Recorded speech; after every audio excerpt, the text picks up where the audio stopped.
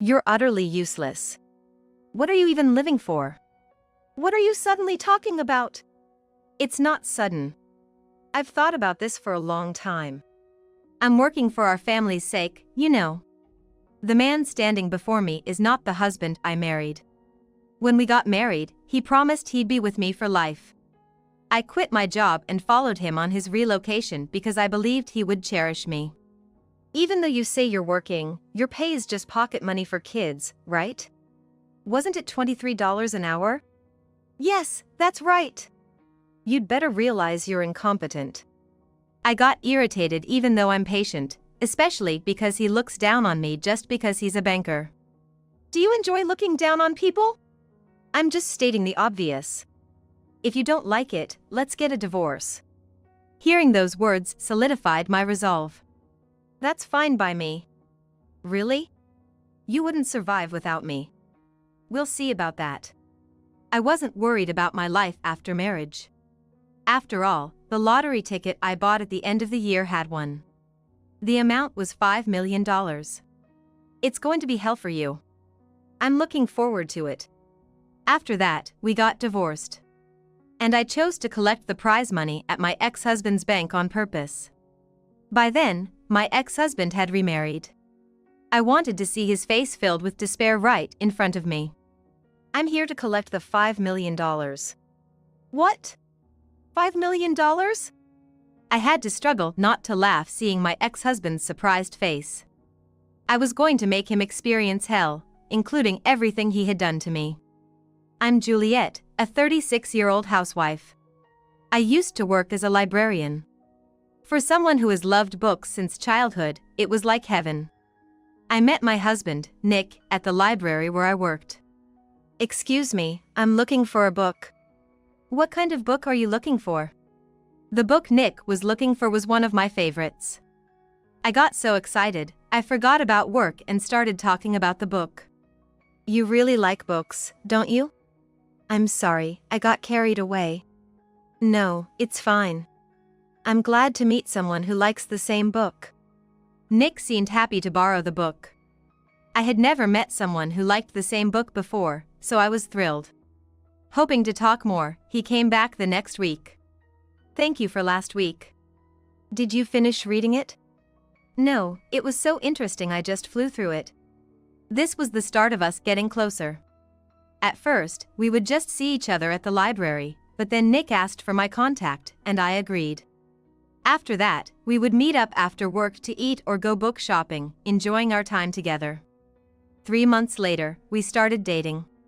Every day was fun and fulfilling, and half a year later, we got married. I was 33, and Nick was 35 at the time. We were looking forward to a happy married life, but life doesn't always go as planned. About 3 months into our marriage, Nick came home from work with a serious look. I need to talk to you about something. When I got home from work, my husband, Nick, was waiting for me with a serious look on his face. I had a bad feeling. What's up? Actually, I've been assigned a relocation. Relocation? Yeah. It was all of a sudden. But this is a great opportunity. What do you mean by opportunity? I, being unfamiliar with such matters, asked Nick. Well, to put it simply, it's kind of a training period. A training period? How long will it last? There's no set period. The location is New York for now. New York, so. Yeah. I'll be working at the headquarters. Since Nick was a banker, I tried to convince myself this was unavoidable. But even though I understood it in my head, accepting it wasn't that easy. And I want you, Juliet, to come with me. I wanted to go with him, too. But the anxiety of leaving my job I loved and moving to an unfamiliar place was too great. It would be best to. Then Nick made a new suggestion. How about becoming a housewife? It might not be too bad. What? Think about it. This way, you can read your favorite books whenever you want. Doesn't that sound good? I was swayed.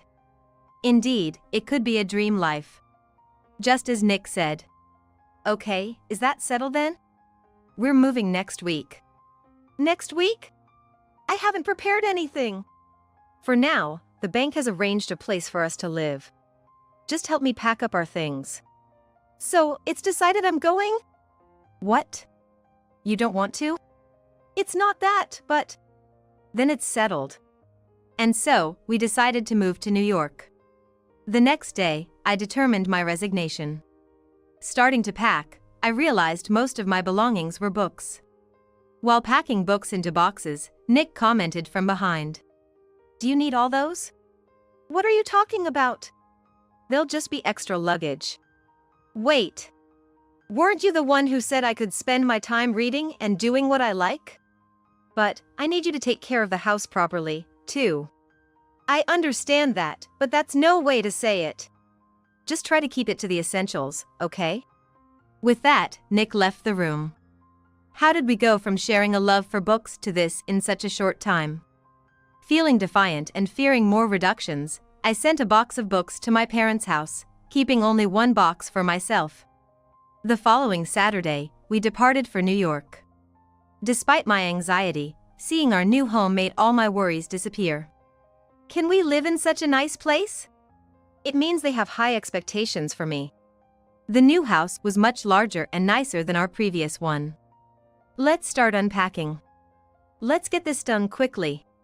Once the room was tidy, we decided to eat out, taking advantage of the occasion. Honestly, I've only been to New York a handful of times. The crowds, the brightly lit streets at night, it was all so fresh to me. It's gonna be busy from now on, but I'm counting on you. Yeah. I'll support you as much as I can. Someday, I'm gonna be a branch manager. I'm looking forward to it.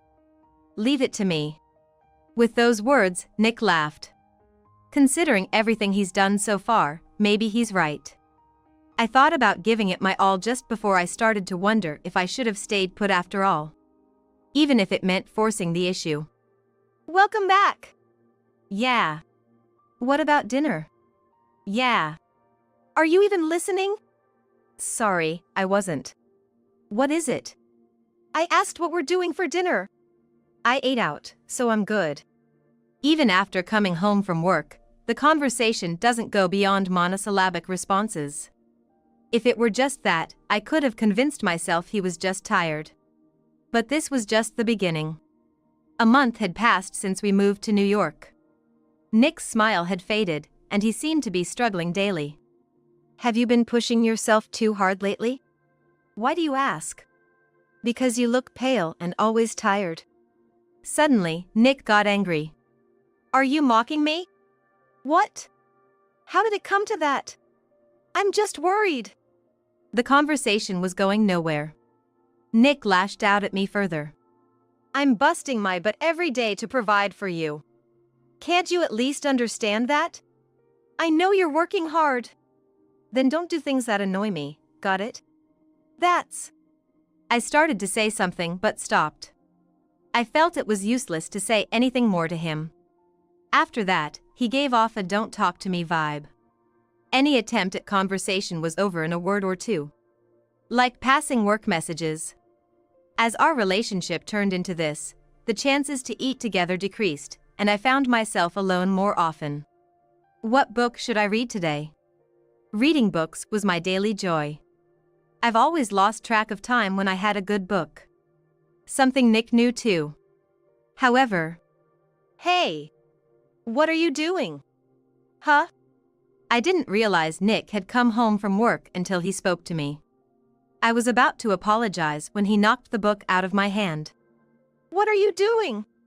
You're not doing any housework and just playing around. I did lose track of time reading until now, but that's no reason to do this. Are you defying me? That's not it at all. Nick took a deep breath and said, I'll let it slide this time since it's the first offense, but if it happens again, I'm throwing away that book. All of them. Throw it away? Yes. Not just one, all of them. It was a moment of despair. I hadn't actually been deprived of my books, but it felt just the same. From then on, my days were just about waiting for time to pass. I saw Nick off in the morning and welcomed him back at night. Good morning. Oh, good morning. Are you going to be late again today? Yeah. So you can go to bed first. He always comes home past midnight. Even when he gets home, he often goes straight to sleep, so there's little interaction as a couple. He's supposed to have weekends off, but he's rarely home. It felt more like he didn't want to be home. Despite this, I found myself wanting children. Being in my mid-30s, I felt a sense of urgency that we'd soon be in our 40s.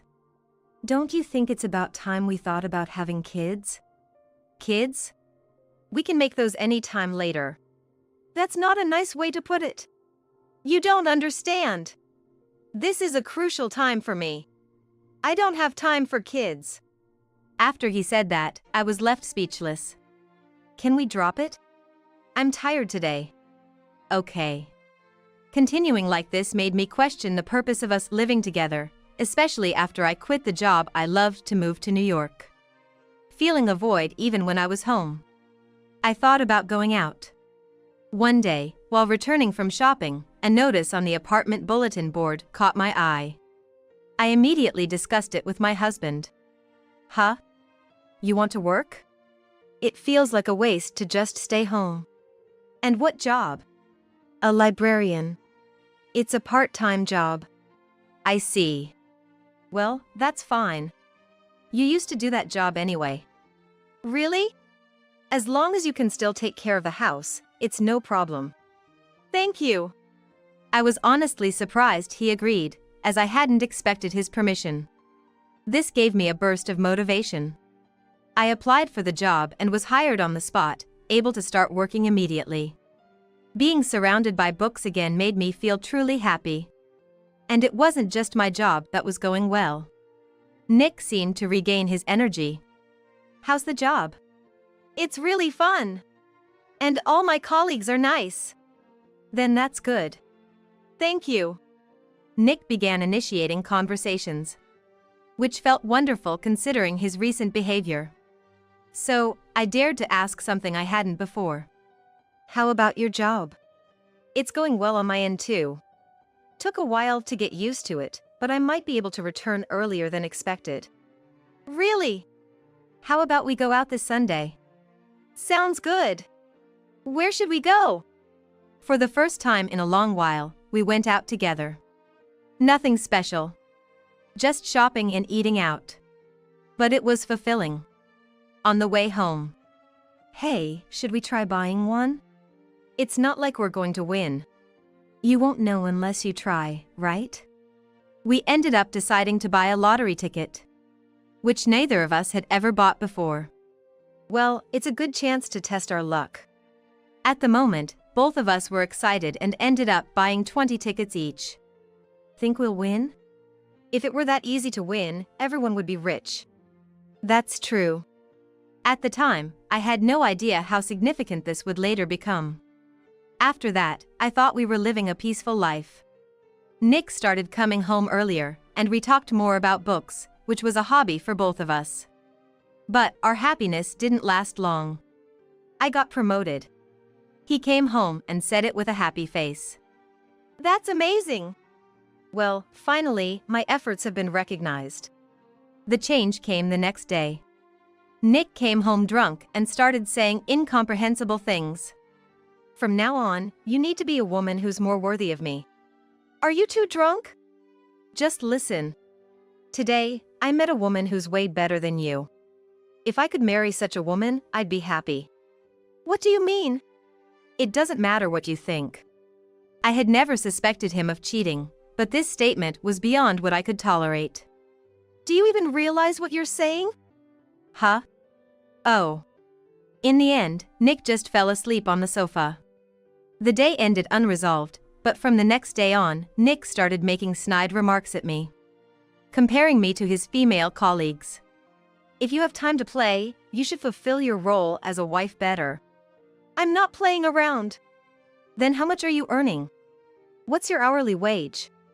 $23. Nick laughed hysterically when he heard the amount. That's practically the same as not working at all. I had pride in my work, regardless of Nick being a banker. I didn't think it was fair to be demeaned like that. Take that back. Take back? Don't be ridiculous. If you want that, then manage all the housework perfectly first. Fine. If I do everything perfectly, you won't have any complaints, right? Yeah. I promise you that. If you can do it, that is. That comment made me snap. So, I ended up sealing away my beloved books. I worked hard on cleaning and preparing meals every day. But Nick didn't seem to notice my efforts. Moreover, Nick came home smelling of perfume. Since when do you wear perfume? Perfume? I don't wear any. Have you lost your sense of smell too? I'm not mistaken. And it smells like women's perfume. Really, you're such a hassle. That's when he took off his jacket. And something fell from the inner pocket. What's that? Seeing it, I froze. Don't look at it!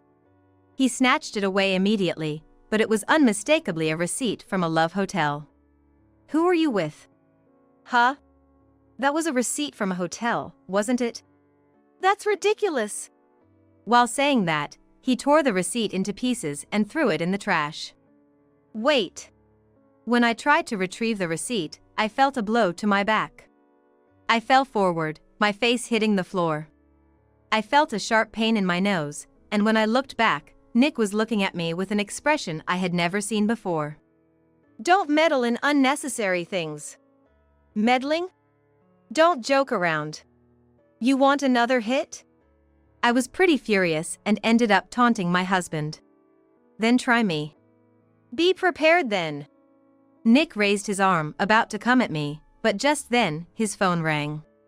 Who's calling at a time like this? Checking the screen, he went outside. That moment, I seriously started to think about divorce. Nick no longer had any reservations towards me. And so, I began gathering evidence for divorce. Even provoking him on purpose. Weren't you supposed to be off today? That's none of your business. Couldn't you at least tell me where you're going? Why do I have to deal with such hassle?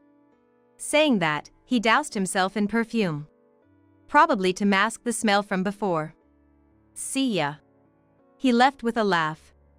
Despite wishing we could get back to a good relationship, this seemed impossible. Without friends or anyone else to rely on, Nick was my only support. But following him blindly wouldn't lead to a bright future. I went shopping to distract myself and noticed a lottery ticket booth. Right, the lottery results. Driven by curiosity, I found myself back home before I knew it. Checking the numbers on my phone, I couldn't believe it. The jackpot, $5 million, matched. My hands started shaking, and my breathing became erratic. This can't be happening. But no matter how many times I checked, it was a match. I didn't know what to do and paced around the house. Then, the question of whether to tell Nick came up. Since I was already preparing for divorce, telling him would only complicate things. So, I decided to keep it a secret. HM? You seem happy. Not really. Well, you always look bored. I didn't respond. Then, perhaps remembering, Nick brought up the lottery. So, what happened with the lottery? Oh, right. The numbers were announced. Huh. Okay. I didn't win, by the way. Figures. Like you would win. Why don't you check yours? Too much trouble. You check for me. Despite saying it was a bother. He kept glancing over. If you're that interested, check it yourself. He got up and went to another room. His pride must have been stung by my comment. In the end, they were all losers, which relieved me a bit. After finding out about the win, every day was nerve-wracking. Nick quickly forgot about the lottery. Today, I'm bringing a colleague home. Be nice. Today? He mentioned it in the morning before leaving for work. Just make sure everything's ready. I hurriedly shopped to prepare for the evening. I prepared food and drinks, waiting for Nick's return. I'm home. I went to greet him at the entrance. Welcome back. But I froze when I greeted him. This is my colleague, Rachel. Nice to meet you. Nice to meet you too. I could tell she was sizing me up. And instinctively, I knew she was Nick's affair partner. What are you doing? Hurry up and show us in. Yeah. After that, I moved around like a housekeeper. Whenever a glass was empty, I'd fill it with alcohol, and if they wanted something to eat, I'd make it right away. And Rachel, she's really capable, isn't she? Not really. Try to learn a thing or two from a woman like her. I don't have anything worth learning. No, every woman should take a leaf out of Rachel's book. They laughed and enjoyed themselves for hours, leaving me wondering what I was being subjected to. Okay, I'm going to head home now. Oh. Is it that time already? See you. Rachel left with a satisfied look.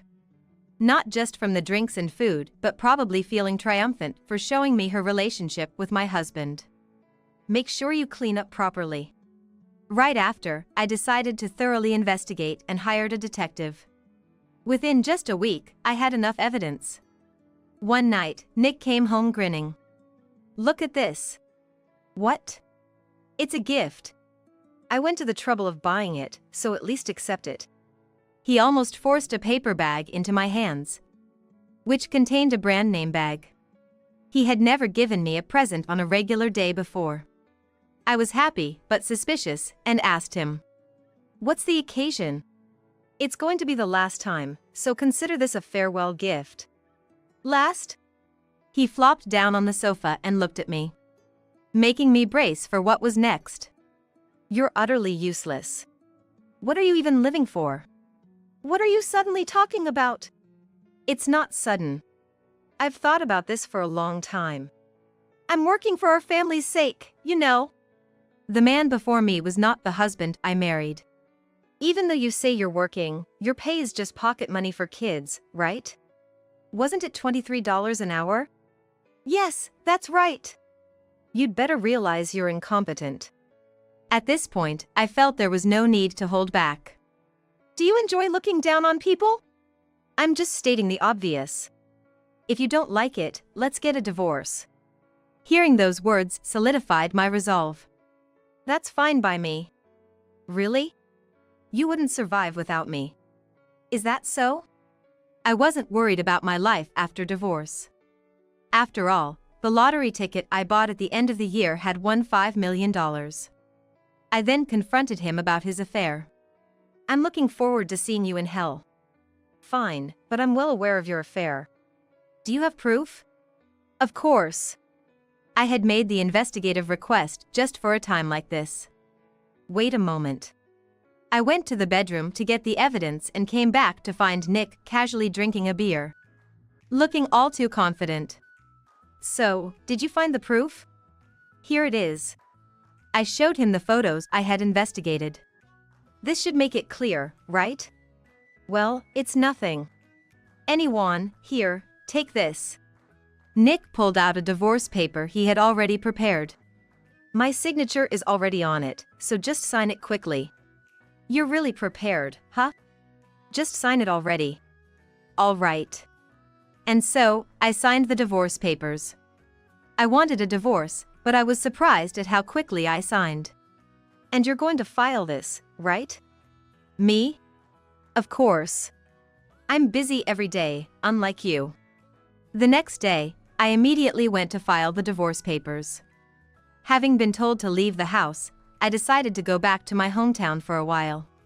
Then, I chose to collect the $5 million from the bank where my ex-husband works to bring him down to hell. Later, I received a call from him. What do you want now? Well, actually, I got remarried. Oh. Good for you. Marrying you was a mistake after all. I think it was a mistake for me too. Say whatever you want. I married a woman who's way out of your league. Hope it goes well for you. I don't need you to tell me that. Just try to live well. He hung up after getting the last word. That didn't matter to me. I was eager to see my ex-husband's face when he realized his despair.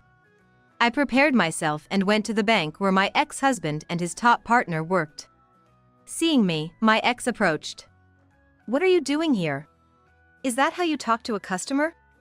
Just tell me what you want already," he said in a low voice, mindful of the people around us. "I'm here to collect $5 million.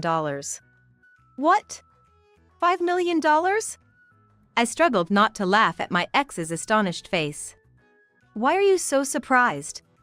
You won? Why didn't you say anything?" He confronted me loudly enough for everyone in the bank to hear. "I didn't see the need to tell you." "You!"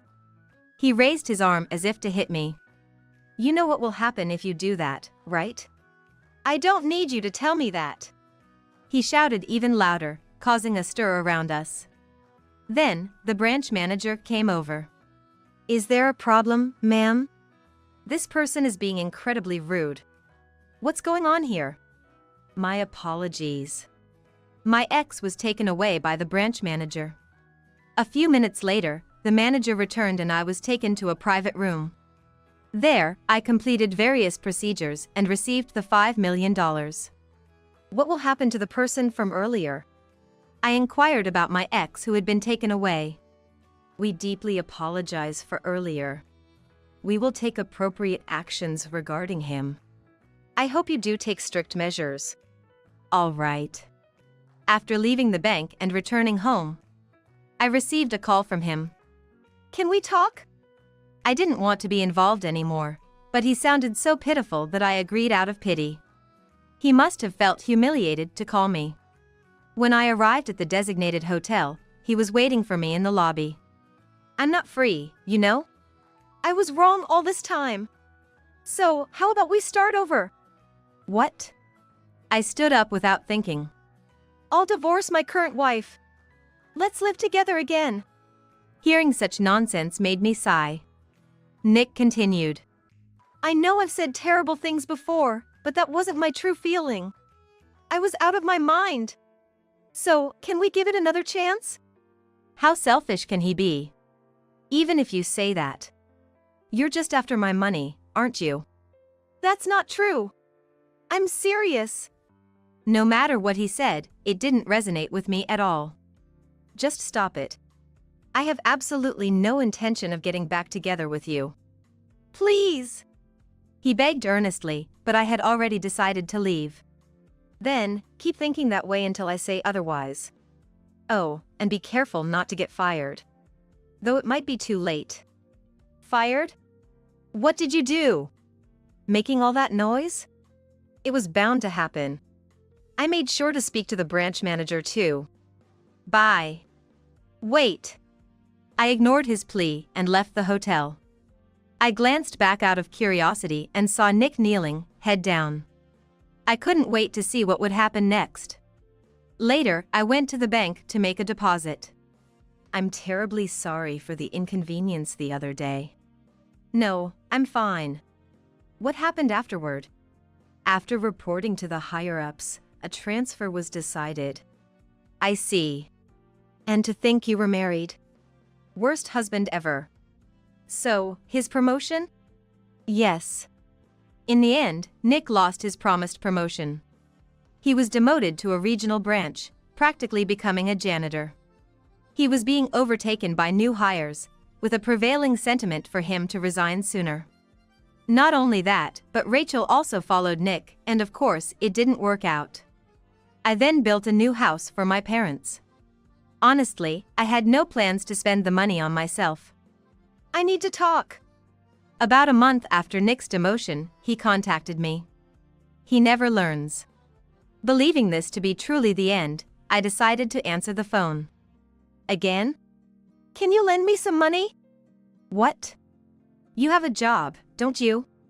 "I do, but I'm not making nearly enough." "That's your responsibility. Plus, you have a wife, right?" "She doesn't work." "And to think you said she was so competent. What a disappointing couple." "I know you have $5 million. If you have any sympathy." I cut him off. "I have absolutely no intention of doing that. Even after I've begged this much." "No way." "Go to hell." "Same to you." I hung up, blocked his number, and deleted his contact.